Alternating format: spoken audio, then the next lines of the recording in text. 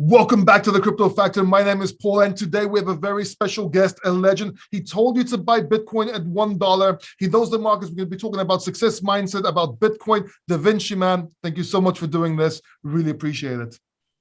Hey, glad to be here. Thanks a lot, man. Just don't mind the mess here. This is my studio. Still working on it. Still a work in progress. You got those cool chairs, though, I see.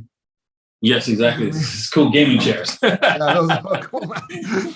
So let me get straight to it, man. How did you predict Bitcoin at $1? How did you do this? And I know you've been asked for a lot, probably many times, but please let us know. Well, I started a YouTube channel way back in 2008 because when I heard from a politician who said, our monetary system is unfair, transfers wealth from the poor and the middle class to the rich. And that got me down the rabbit hole of learning what money works, how money works and how it is and how it's a big scam and a big fraud. And then once I realized it was a fraud, I realized that we needed a new type of money. And, I started doing research on how to build a new type of money, and I found that it was impossible, right? From all the different developers that were out there, I was asking them. Then when Bitcoin was, when somebody mentioned to me on my YouTube channel saying, hey, what do you think about Bitcoin? I went to the website and thought, oh, scam. I wrote them. I remember writing them. I wish I had the message because YouTube removed all the messaging system, right? So they had, back then they had a messaging system. And I wrote a message saying, hey, this is a scam. Don't waste your money on this. I'm going to prove it to you because I'm going to read the source code and show how it's going to be big fraud, right? So at first I read the white paper. I was like, might work. And I read the source code and I'm like, yeah, man, this is definitely going to work. There's no holes in this thing, right? Oh my God, can't believe it, right? And we can get it really, really cheap. And so I knew that this was going to be the new money because it takes a while for people to understand this, right? Not like, oh, you invent something and everybody goes, yes, that's going to work. Let's all use it right now. No, that never happened. This never happened in the history of mankind, right? When we invented electricity, people were like, yeah, okay, fad. How did people listen to you? What about family, friends, people close to you? Did they actually listen or no? No. I remember one of my friends, I managed to convince one friend to buy, right? After a long conversation, sitting in his car, trying to convince him to buy. And he said, okay, fine, I will buy, right? And at the time, it was like $1, right? Just before it was about to pump. And then a week later, right, he calls me up and goes, no, I'm not going to buy because now it's $4. Oh my God. I do that. Why couldn't you be my friend back then, man? Why didn't I know you? Yeah, that's what everybody says. Yeah. So what I gotta ask you, before Bitcoin, before all this, what are you like? Let's do this. If I met you in high school, we're sitting in the cafeteria, we're having lunch, whatever, what would you be like? What would I think of you? Well, depending on what time in high school, right? Either computer hacker, and nerd, right? Or you'd call me chocolate boy, depending on the time frame. So at the last 2 years of high school, I was considered chocolate boy because not many people know this story, but I used to sell chocolates. I actually used to get kids to sell chocolates door to door, and that's cool. A whole other. I was about to ask, why chocolate boy? I bet you get everyone. I bet you get everyone right there. Yes, exactly. So yeah, that's what I used to do. I used to, and so that's why I was called chocolate boy, because I made a lot of money getting kids to sell chocolates. Right. Got you. So you're very entrepreneurial since you were young. Yes, exactly. Got you. So, and what do you do now? Do you just trade? First of all, do you trade Bitcoin? Do you hodl Bitcoin, or a bit of both? Oh, all of the above. Okay. Okay. Do you do anything else other than that? I'm pretty sure you do public speaking and all that kind of stuff, but do you do anything else other than it, or is that just your main thing? Yeah, I have like Pandora's Wallet is a company, was a software that I'm building, and also there's a company called Davinci Codes. Yeah, I've seen it. And then also I'm working with TapSats. I'm also working with Casta. I'm working with V-Launch, VPAD, and yeah, a few other projects down the pipe. Also, my what's it called? My Davitar, which is my NFT project, and there's so many projects I'm working on. Oh, you work with NFTs too? Yeah. I've got my own NFT project called Davitar. So I gotta show you our NFT product. I'm part of a gaming company. We have an NFT project. I would love you to take a look if you have time. It's called bitbulls.io with a Z. All right, bitbulls.io. Sure. I'll reach out to you about that because I actually needed your advice on that, but I didn't know you were into the NFT space. Since you're very good at predicting stuff. Talking about prediction, what do you think of the markets right now? I'm sure everybody watching this interview right now would like to know what your opinion is. And you are on camera on this date, so this is going to be interesting as well. So what do you think of the markets? What do you think is going on with Bitcoin right now? Well, Bitcoin's in a bear market for sure. We could get lucky and we stay in a range between just above 30,000 and just below 60,000 as we range sideways for a while for 3 years or something like that. Mm-hmm. That would be most likely the scenario. However, because the Fed is has committed to printing money, there is another scenario which is where Bitcoin just goes hyper Bitcoinization, because right now they haven't managed completely Bitcoin, but as soon as the perception is understood that hey, they're not stopping the printing, people will jump into Bitcoin. Lots of corporations and businesses will jump into Bitcoin. Hopefully they're smart enough not to let anyone custodian them themselves other than themselves. If they allow other custodians to hold them, they will sell them into the market and promise, because by contract law, you're only going to get the cash, only required to pay the cash. And so effectively what the Fed will do is go to those companies that are holding it and say, hey, listen, we're going to borrow that from you. Right? Don't worry. We're the Fed. We've got the cash to cover it. Right? And sell it into the market. So in order to keep the price suppressed. Got you. If so, in both scenarios, if the first scenario though, ranging from 30 to 60K or around that level, that would also give way to altcoins to go up more. What do you think? Well, altcoins are also going in the cyclical bear market as well, and so I'm exiting the alts myself, because although they're low right now, they can go a lot lower. Yes. And you can see on the charts for the dominance. I mean, as a studied technical analysis, there's a 70% chance that we're going that the Bitcoin dominance is going higher, and a 30% chance that the dominance is going lower, meaning we're going to have a bull market for alts. Which one do you want to bet on? Yeah, so it's much better to be into Bitcoin right now rather than that still gives you a piece of the market if it goes up, but also protects you on the way down. Is there any altcoins you are looking at that could perform as well, better, or a little bit as good as Bitcoin, or none right now? Well, in the cyclical bear market, there always will be alts that will perform well and outperform Bitcoin. There's no ifs, ands, or buts about it. Mm-hmm. But they're fewer and harder to select, right? So you have to spend a lot of time doing your research and understanding not only what the product is, but is the product ready for is the market ready for the product?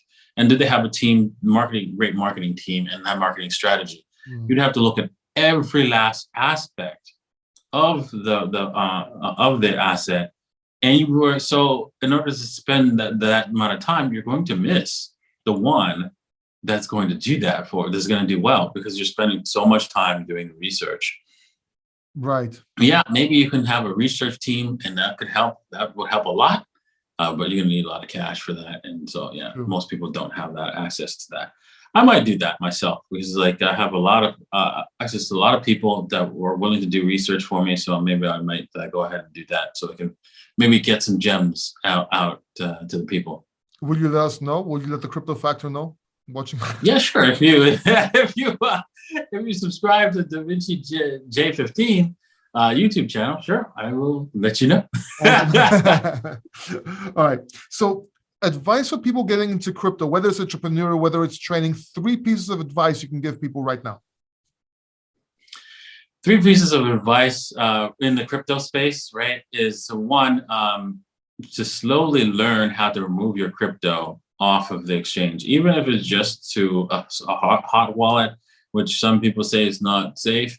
Yeah, it depends. You have to be careful, right? You can't use, of course, your everyday computer, right? But you can use your phone, if it's an iPhone, any of the iPhone devices, or the last 3 Samsung generations, because they have secured execution environments, so preventing any other application from snooping and taking access to your crypto.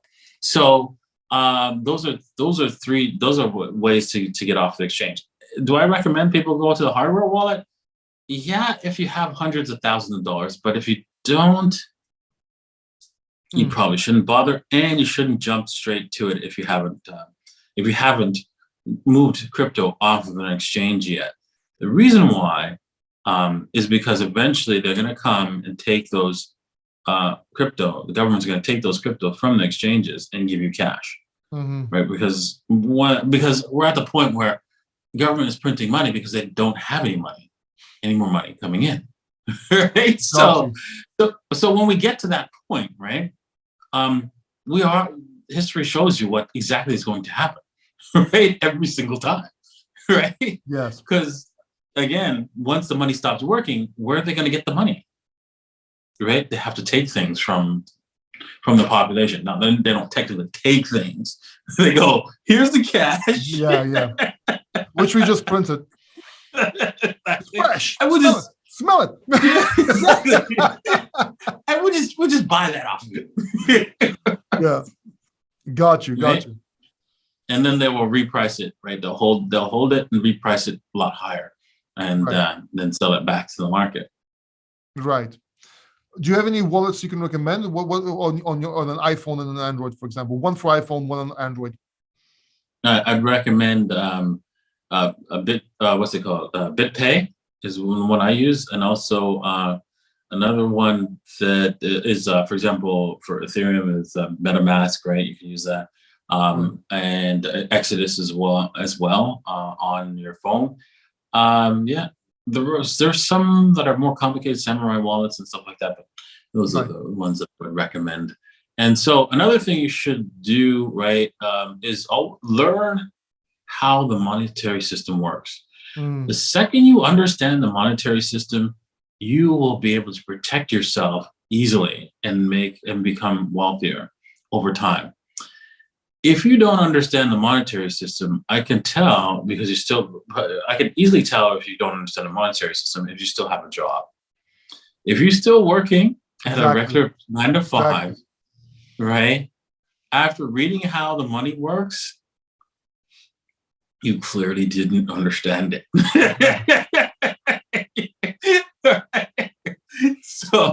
So that's one thing you can do for yourself. And then finally, you can always educate yourself on, improve yourself, and get some sort of education to help improve yourself and make a business out of that with that education. And so that any kind of thing that you spend your money on yourself to improve yourself, that will be worth it. Even if you open up a business and it fails, you still got an education. Talking about failures is a good segue. How do you handle, have you had major failures, and how do you handle them? Everybody has failures, and so of course, but I have to mention it. Duh. How do you handle them? Yes, I've had some serious major failures, and one of the things that how I handle one of the worst failure of my life, right, which I'm not going to talk about which one it was, but what I am going to tell you is I came to a point where I was like so depressed and so like down that, and my brother said, you know what, in a year this will pass, right? You need to decide right now if you want to be an example of what not to do or what to do. That is very good advice. That is very good Mhm. advice. That is excellent. What does success mean to you? Well, success means a lot of things for different people. For me, honestly, success is having a stable family unit Yeah. not only family like your kids and your wife and so forth, but also friends as well. Right. Now, when we talk financial success, what does it take to actually succeed in crypto? What do you think is a key element that you need to succeed, whether it's life or crypto, as a matter of fact? Positive mental attitude and the belief that you are already successful in crypto already. Not Yes. you're going to be, but you are. Nice. That is what every single one of my successful crypto friends do every Yeah. single day when they started.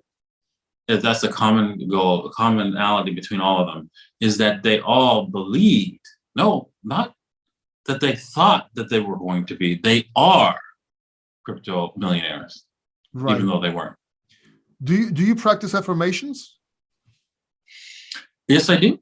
Yes, but you have to be careful with those things because I did practice affirmations and I did get what I wanted, but unfortunately, you know how when you ever have those shows where the person wishes for something and then they get it and then they realize it's not what they really wanted. Yeah, of course. You gotta be careful of that because you're gonna have to make sure that you make sure you have all the details right. Because if you don't, you'll get it. You're just Yeah. not gonna be exactly what you wanted. Can you give us an example, whether it's one from your life or just an example so people can understand this for them practicing? I think it's a very important topic. Yes. Okay. Fine. Yes. Okay. It's kind of embarrassing, but Cool. Only on the crypto factor. well, I pictured I had an affirmation of the exact girlfriend I wanted, and I did that, and I got it, but she was like a serious gold digger, Oh, and okay. not exactly what I expected. I forgot about that part. She was everything else, just Is she a Bitcoin millionaire serious right gold. now? She's like, Mm-hmm, yes, it happens. It happens. mm-hmm. Yes, Oh man. because she was committing affirmations just to get to me. Wow. Oh wow. Yes, Okay. Got you. Got you. Okay. Well, yes, hopefully now you are in a better place with a better person, or you yes, affirmed. exactly, Okay. exactly. Cool. What does a typical day look like for you? Well, a typical day is like I wake up around 6 a.m. Right, I go to the gym. Right, I have some meetings. Right, I plan some videos, and I have more meetings, and or I'm working on buying, selling, trading cryptocurrencies, um, doing some tweets, planning different working on different projects all the time, and I'm meeting with all kinds of people, whether it be my personal assistant to Would you my say, project managers, everything. would you say 15 hours a day working? Yeah, too much. Well, I'm trying to cut it back a little bit because like you have to understand I came from Chile, so I have a company there, Mm-hmm. and so they start working around 4, Yeah. and so yeah, and they work until like until like 2 in the morning. So yeah, exactly. It's a little bit rough. But Yeah. it is one key element that it takes to succeed. Yes, Hmm. you got to work. Do you have any daily habits or morning rituals?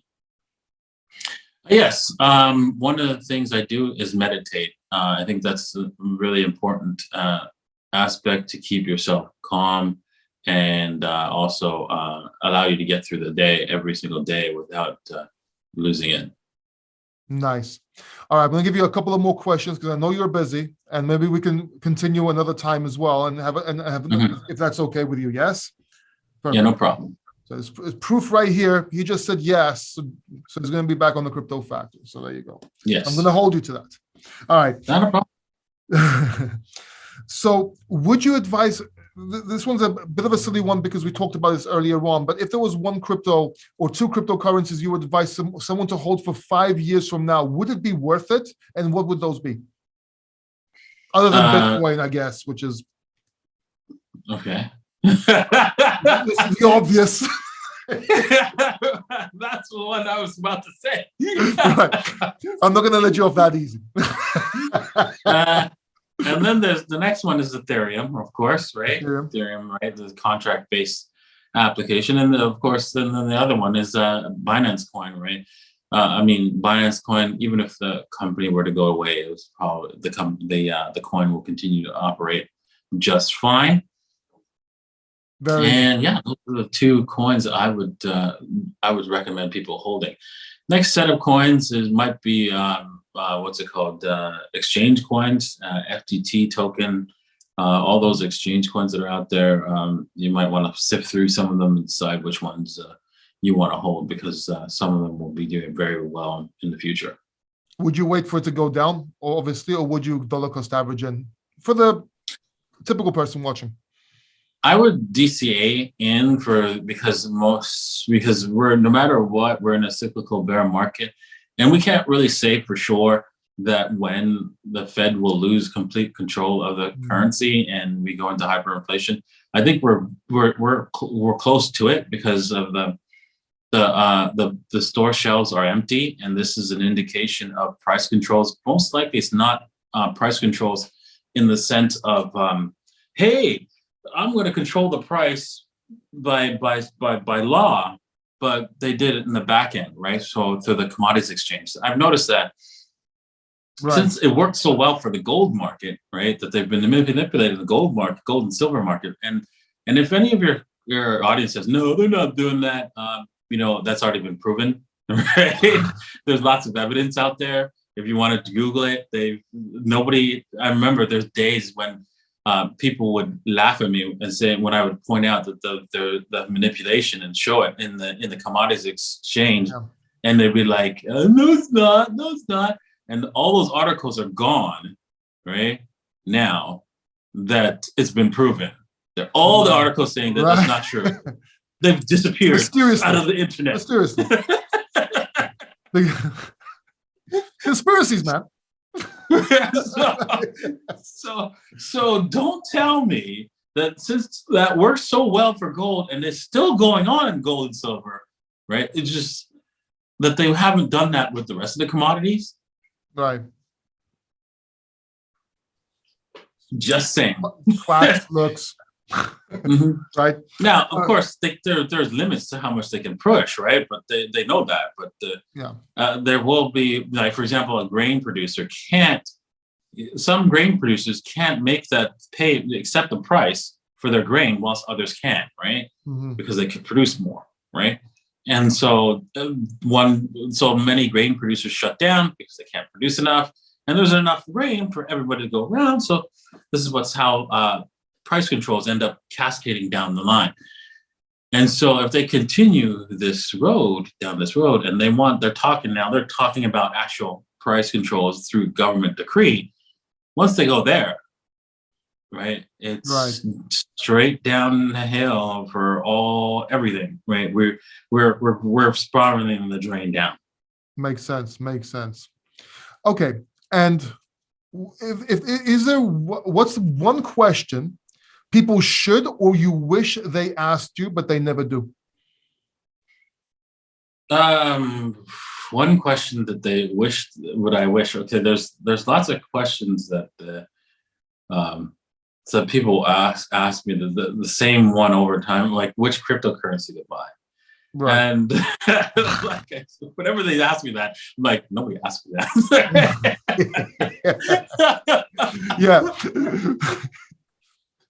And what I wish they asked was, let's see. That's a good question. I never really considered that.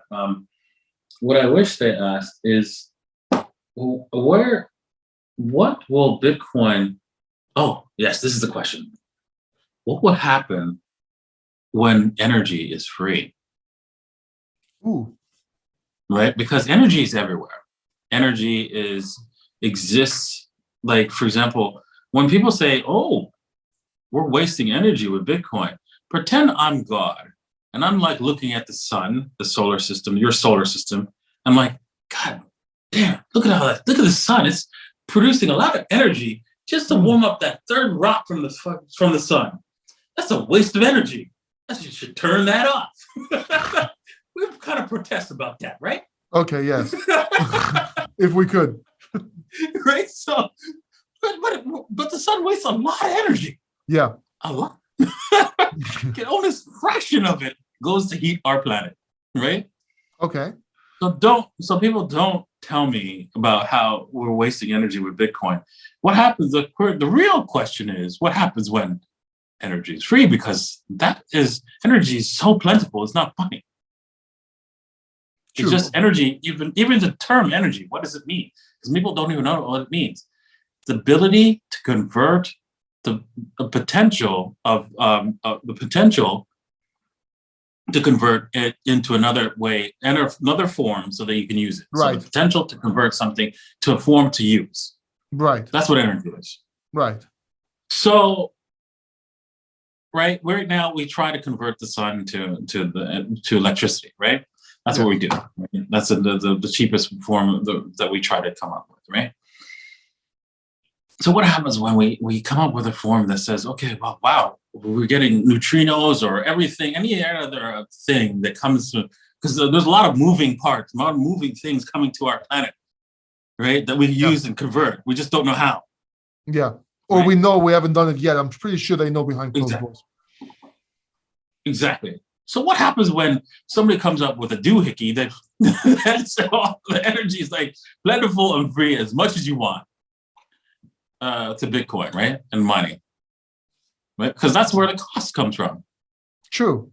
So ever think about that? So what does happen? What in your mind will happen?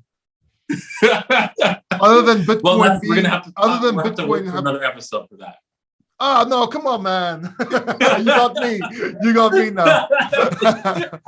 Okay, we'll tune into the next episode for that answer. Just make sure you don't tell anybody else. No, I won't. Okay. Thank you so much, man. Subscribe. Go check out Davinci's. I'm going to leave the links right up here and down below so you can check out his work. You'll be wise to listen. Davinci, thank you so much for doing this. Really appreciate it, man. Yeah, no problem. Cheers. All right. Take care, everyone. Bye-bye. Take it easy. Bye now.